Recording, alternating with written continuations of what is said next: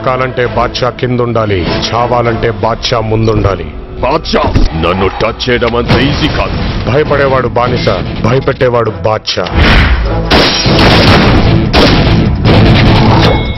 Vikram, immediate గా container India shift చేయి.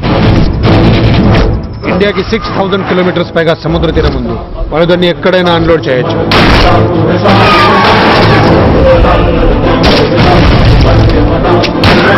ఇచ్చిన మాట, చెప్పిన డేటు, వేసిన అడుగు వెనక్కి తీసుకోవడం బాద్షాకి తెలీదు.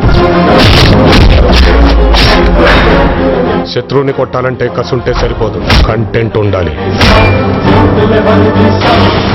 బాద్షాని టచ్ చేస్తే సౌండ్ సాలిడ్ ఉంటుంది.